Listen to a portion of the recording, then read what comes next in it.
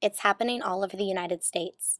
Male and female inmates from a large number of state correctional facilities are participating in dog therapy programs. The dogs used for these rehabilitation programs are rescued from animal shelters and are then trained by the prisoners to become either service dogs for those with disabilities or specially trained dogs for work in the police force, doing things such as bomb sniffing, drug sniffing, etc. In exchange, the prisoners learn joy, compassion, love, and responsibility, as well as the use and application of skills that could later help them find a job and reintegrate back into society. However, most importantly, the dogs aren't judging the men for the crimes they've committed the way society does and will continue to. Through this program, animal shelters report a reduced number of dogs killed each year, totaling a number in the millions. The idea of inmates working with dogs first sparked in 1981 through a woman named Sister Pauline Quinn. She introduced the concept of inmates training unwanted puppies and dogs for those in need of disability dogs. The program was first employed at the Washington Prison for Women and has skyrocketed in prevalence and popularity since. I've chosen to focus my presentation on two therapy programs in particular that have become well known over the past few years. Within each program, I will focus on the structure of the program, the success it sees, and the challenges it faces, if any. Puppies Behind Bars is now a widespread growing program. They currently work in 6 high and max security correctional facilities for both men and women, the majority of which are in for murder. They have just over 90 puppies placed within those facilities. President Gloria Gilbert Stoga explains what occurs from the time the puppies are placed with an inmate onward. She says, the puppies live in prison for 16 months, after which they are tested to determine their suitability for training as service dogs for the disabled or as explosive detection canines for law enforcement. If they are deemed suitable, Puppies Behind Bars returns them to the schools where they continue their formal training. If they do not continue on the track to become working dogs, Puppies Behind Bars donates them to families with blind children. In either case, these puppies, raised in such a unique environment, spend their lives helping others and as companions to people who really need them. So if you start from the beginning, how exactly does an inmate become the recipient of a puppy? Correctional facility staff, as well as Puppies Behind Bars personnel, carefully screen each inmate wishing to participate in the program. In order to qualify, the inmate must have a clean disciplinary record at his or her current facility for at least 2 years.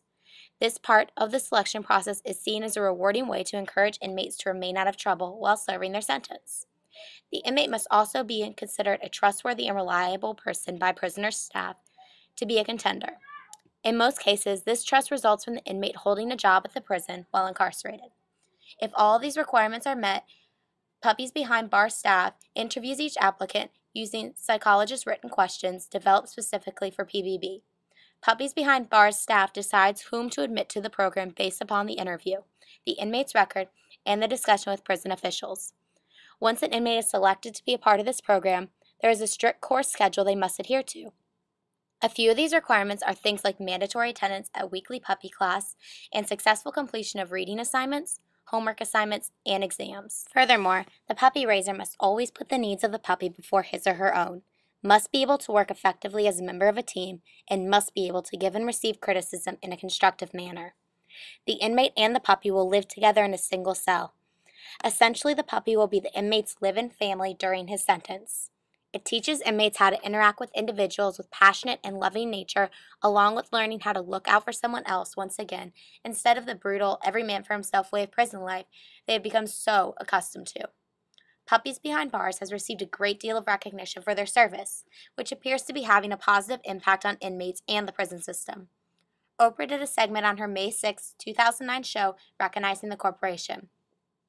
When interviewed, an inmate named Michael, whose last name has been withheld, who was serving a sentence for first-degree murder and armed robbery, said, "I really had no regards for other people. It was always about me." By participating in the Puppies Behind Bars rehabilitation program, something changed in Michael. He now says, "I'm going to make my family and those around me proud of me again. By joining this program, it helped to give me a sense of self-pride again. To know that by nurturing and raising these dogs to their fullest potential, that I could give back in some small way is really great." Similar stories were shared during the show by multiple inmates and their prison supervisors. Oprah left us with a final note by saying that if nothing else, perhaps the greatest lesson a puppy teaches an inmate is love, allowing us to counteract the violent mentality they have developed. The other highly recognized program using puppies and older dogs as rehabilitation for inmates is the Prison Pet Partnership Program, based out of the Washington State Correctional Center for Women. As previously mentioned, this was the first program to ever put dogs into prisons to work with inmates. The program has now grown and has placed over 500 dogs with needy families since its opening in 1981. In 1986, the Prison Pet Partnership Program was one of the top 10 finalists for innovations in state and local government recognized by the Ford Foundation and the John F. Kennedy School of Business at Harvard University. In 1997, NBC's What's Right in America recognized the Prison Pet Partnership Program as exemplifying how the prison system can aid in the rehabilitation of inmates while serving the community at large. A win-win situation, if you will. This program specializes in giving the inmates extensive valuable pet-related vocational skills to use in finding employment following prison. Inmates are able to work towards Pet Care Technician certification levels 1 and 2. They are also able to obtain Companion Animal Hygienist certification. At this time, 100% of the inmates who have been released have found employment. These are women coming out of a maximum security prison. For the small amount of funding this program costs, it is making an enormous difference in the lives of these women, giving them an avenue to pursue upon release.